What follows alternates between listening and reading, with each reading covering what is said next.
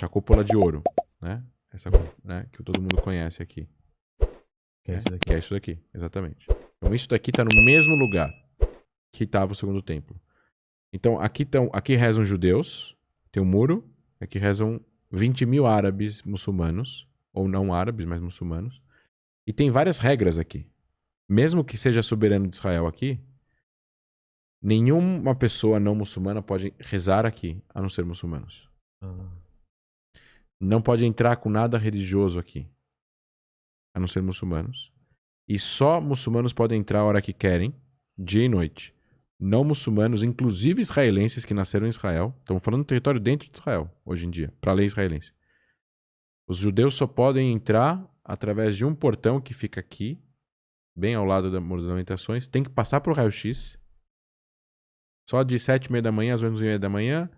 E da 1h30 da tarde, acho que às 2h30 da tarde, de domingo a quinta. Tirando esses horários e esses dias, não pode entrar. Então existe uma limitação inversa que protege uma minoria em detrimento de uma maioria. Vamos supor que a maioria quisesse agora visitar lá e rezar lá. Não pode. Não pode. Porque é um lugar extremamente sensível. Então, isso daqui é Jerusalém. Então, eles querem, obviamente, ter o controle da cidade velha como capital palestina. Obviamente, Israel não quer, porque é um lugar sagrado para os judeus. Durante a época que a Jordânia dominou a Jerusalém velha, os judeus foram expulsos da cidade velha, não podiam rezar no local mais sagrado. Era proibido entrar. Os judeus, a fronteira era aqui, ó, nessa pontilhada daqui. Então não podia entrar daqui para cá. Depois que Israel conquistou, a cidade é aberta para as 3 pessoas, 3 religiões. Aqui é a igreja do Santo Sepulcro, onde Cristo foi crucificado, no bairro cristão, e por aí vai. Então, o que acontece? Voltando para aquela ideia, você tem aí um controle. Tem um convívio. Um convívio. E o problema das negociações é quando teve 2 ofertas, em 2000 e em 2008. Pessoal, vamos fazer uma oferta aqui entre... Israel fez uma oferta, depois os Estados Unidos ratificou. Jerusalém assim, refugiados assim, fronteiras assim, assentamentos assim. Em 2000 eles falaram não. Em 2008 eles não responderam. Então o que acontece? Teve aí algumas oportunidades de negociações. A única forma de resolver o conflito, apesar disso ser polêmico e tudo, mexe com as emoções das pessoas, todo mundo parece ter todo mundo é especialista no conflito palestino-israelense hoje em dia. Da mesma forma que todo mundo é especialista em economia, quando tem problema em economia, todo mundo é ministro da saúde. E quando tem Copa do Mundo, todo mundo é técnico da seleção brasileira. E agora é especialista em vacina também. Exato. Então, assim, não há como resolver o conflito se você mantiver posições radicais de um dos dois lados. Eu quero entender esse conflito recente. Vou roubar uma bala aqui. Pode roubar. Então, os ataques partiam da faixa de Gaza para Jerusalém. Como que eles conseguem ter esse alcance absurdo? São quantos quilômetros? Não é muito. Não? 80, 100? Por aí. Ah, mas é longe. Mais até, menos até. Daqui Se eles jogarem dessa ponta daqui até aqui, 60, 70 quilômetros. Eles têm todos os tipos de foguetes, o Hamas. Foguetes iranianos, foguetes fabricados próprios, fabricação própria. Eles têm Eles têm engenheiros, eles têm pessoas que trabalham na faixa de Gaza para construir isso. Então, mas eles não vão ganhar uma guerra com Israel. Não. Então o que eles querem? Eles querem, devagarzinho, fazer com que o palco político palestino seja dominado pelo Hamas. Isso é uma briga de duas vertentes do sunismo, do Islã sunita, que é moderados e que aceitam acordos versus visões da Irmandade Muçulmana Sunita Radical que visa participar do processo político através da religião. Então, de um lado você tem Egito, Arábia Saudita, Emirados Árabes, os jordanianos, conversando com os americanos, conversando com os israelenses para tentar chegar em acordos, etc, etc. E do outro lado você tem o Hamas, você tem a Irmandade Muçulmana, você tem o Estado Islâmico, a Al-Qaeda, O Catar quer conversar com todo mundo, quer conversar com esse, quer conversar com aquele. A Turquia agora entrando, porque o Erdogan também tem essa questão. Ah, é? A Turquia também tá? O Erdogan, especificamente, é bem agressivo. Tá. Mas com esses ataques eles ganham relevância, é isso? Ganham. Enquanto que em setembro ou outubro do ano passado, Israel estava assinando acordos de paz com os Emirados. O Hamas estava no escanteio. O mundo árabe está se abrindo para Israel. Todo mundo quer comprar startups de Israel. Todo mundo quer investir no Waze, Sim. etc., que é israelense. De repente, o cenário palestino ficou em segundo plano. Eu, na minha opinião, acho que é bom Israel ter relação com o mundo árabe ter relação com Israel, porque o mundo árabe pode depois pressionar Israel, tendo relação com eles, para fazer um acordo com os palestinos. Acho mais fácil é pressionar amigos do que pressionar inimigos. É. Então, a questão palestina ficou em segundo plano e ainda mais o Hamas em Gaza. Os palestinos iam ter que ter eleições agora em março, em maio, junho. E o presidente palestino cancela as eleições porque ele está com medo de perder. Então ele cancelou. Ele já teve tido eleição desde 2011, não tem eleição lá. Então ele teve eleição em 2006, depois não teve mais. 14 anos já. Acabou o mandato dele em 2010. Estamos em 2021, não teve eleição. Eles cancelaram as eleições. Aí começou os distúrbios em Jerusalém por causa de vídeos no TikTok de árabes. Foi o que aconteceu agora. O que eclodiu esses últimos episódios foi 14 de abril, vídeos de árabes palestinos que moram em Jerusalém Oriental batendo em judeus ortodoxos e filmando e colocando no TikTok. Meio como deboche. Sim. Depois teve protestos de radicais israelenses, 300 pessoas, protestando contra árabes, com frases de efeito, racistas, etc e tal. O que mexeu com eles para protestar contra esse grupo, que aí a polícia foi no meio para tentar separar. Aí você tem gás lacrimogêneo pra lá e pra cá e canhão de água entre os dois. E aí você tem visões, fotos. Aí você tem, nisso você tem a influência de televisões árabes que aumentam o que acontecem, como a Al Jazeera, por exemplo, que é o canal estatal do Catar. E o Catar tem uma relação com a Irmandade Muçulmana e com o Hamas. E é o maior canal árabe do mundo. E eles inflamam o que acontece lá, multiplicam por 10. Isso inflama as pessoas vão pra rua protestar e aí você perde o controle.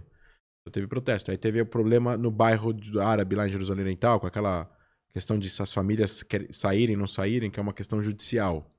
O terreno pertence a organizações judias desde 1875 e quem mora lá eram refugiados árabes que foram parar lá depois que a Jordânia conquista essa parte, depois Israel conquista da Jordânia. Era inglês, a Jordânia conquista, depois Israel conquista da Jordânia. Então aquele território volta a ser controlado por Israel. Volta não, porque Israel não controlava, mas Israel começa a controlar em 67. Aí você tem 3 casas lá que moram famílias árabes, que elas não são donas da terra, mas eles moram lá há 70 anos, são refugiados. Eram refugiados de 48. A questão é que, por que eles ainda são refugiados, né? Essa é a grande pergunta, né? Mas eles não precisavam ser, mas eles são considerados refugiados porque fica perpetuando esse status. E aí você tem uma questão judicial de gente que tem terreno e quer reaver a posse ou pagar aluguel. Eles não pagam aluguel há 20 anos. Então, agora, se você não paga aluguel e você está num lugar há 20 anos, vão te tirar de lá. Agora, se você tiram de lá, você é árabe em Jerusalém Oriental, vai cair o mundo, porque é muito sensível, muito polêmico. Você tem um monte de simbolismos e agendas e polarização mundial. E aí você tem entre Estados Unidos, ou seja, você tem, olha o envolvimento americano, russo, de grandes potências por causa de 3 famílias, 4 famílias. Quer dizer, não é pra tanto, não é pra começar uma guerra, porque você tem um problema judicial com 3 famílias numa casa.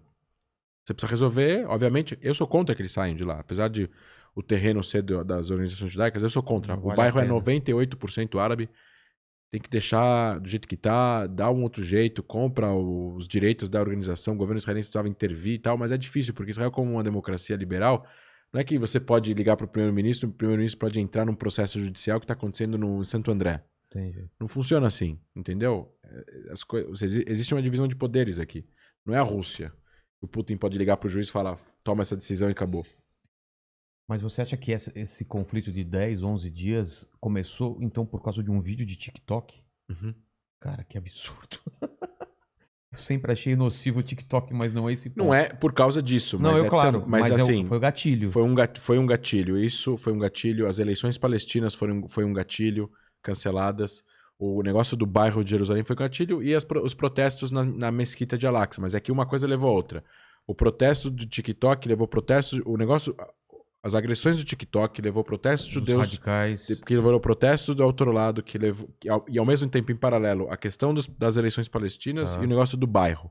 Aí levou protesto na mesquita de Al-Aqsa, fim do Ramadã, que é bem sagrado para os muçulmanos nos últimos 10 dias. Mas qual foi esse protesto? Eles rezam e depois tinha a galera que quer jogar pedra e paus na polícia de Israel que tá nas entradas. Né? Eles não estão dentro. E aí Israel teve que entrar dentro. E no que tá dentro, aí no dia seguinte proibiu de entrar 200 pessoas que eles já tinham fichado que eram arruaceiros. E aí estão falando que Israel tá quebrando o status quo, que é deixar todo mundo rezar num lugar que é islâmico. Não, vocês tem 18 mil pessoas dentro, 200 foram proibidos de entrar porque eles estavam querendo jogar paus e pedras na polícia de Israel. Aí se você jogar pedra em qualquer policial, em qualquer lugar do mundo, você vai ser preso, entendeu? Nos Estados Unidos, na Alemanha, na França, no Brasil, na Argentina. Tudo isso antes de ser lançado o ataque. Isso, é aí que aconteceu. E aí quando rolou essas coisas, o Hamas... Aí teve um deputado israelense da extrema-direita que foi lá visitar o bairro e falou que o bairro vai ser judeu e não sei o que e tal. E aí inflamou, e aí o Hamas jogou 7 foguetes em Jerusalém. Que foi em que dia isso? Foi dia 9 de maio, eu acho. Jogou 7 foguetes. 9 ou 8 em Jerusalém. E foi tudo interceptado. 2 não foram interceptados, caíram em zonas abertas, 5 foram interceptados. Ninguém ficou ferido. Não. Mas se você toca a sirene na capital. E a resposta veio quando? Aí Israel respondeu. Na mesma noite? Na mesma noite. E aí eles responderam a resposta de Israel. Com mais 60 foguetes. Contra o sul e contra o centro de Israel. 70 foguetes. Eles subiram o nível. Não se joga um foguete é uma coisa, você vai responder pontualmente. Jogaram 80 foguetes.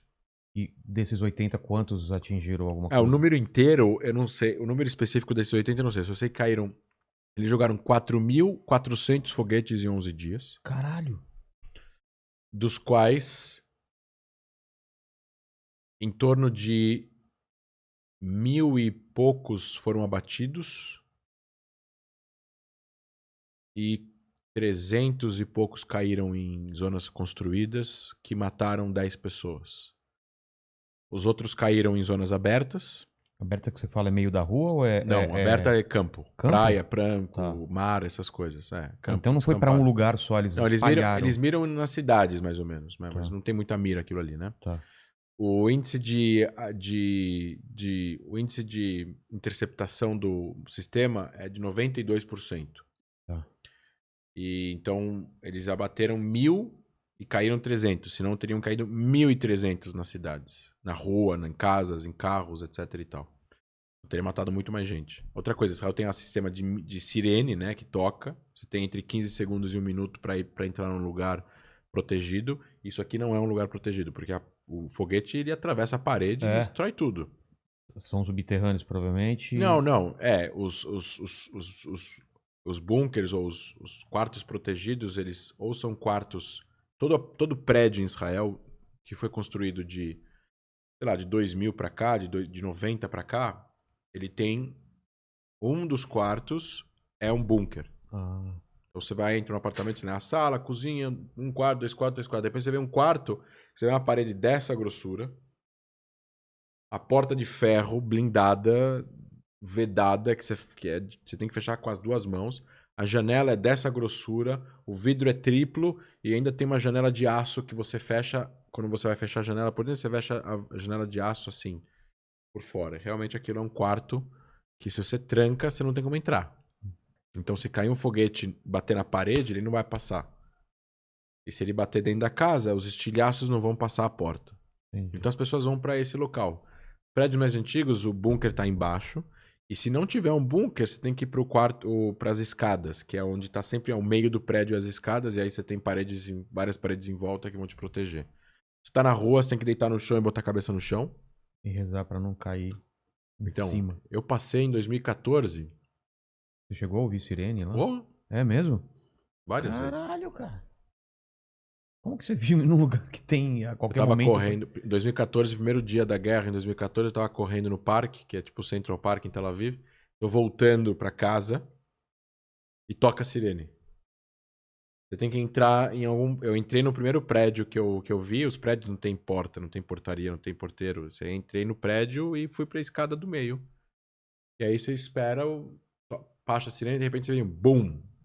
Que é ele sendo interceptado. Tá.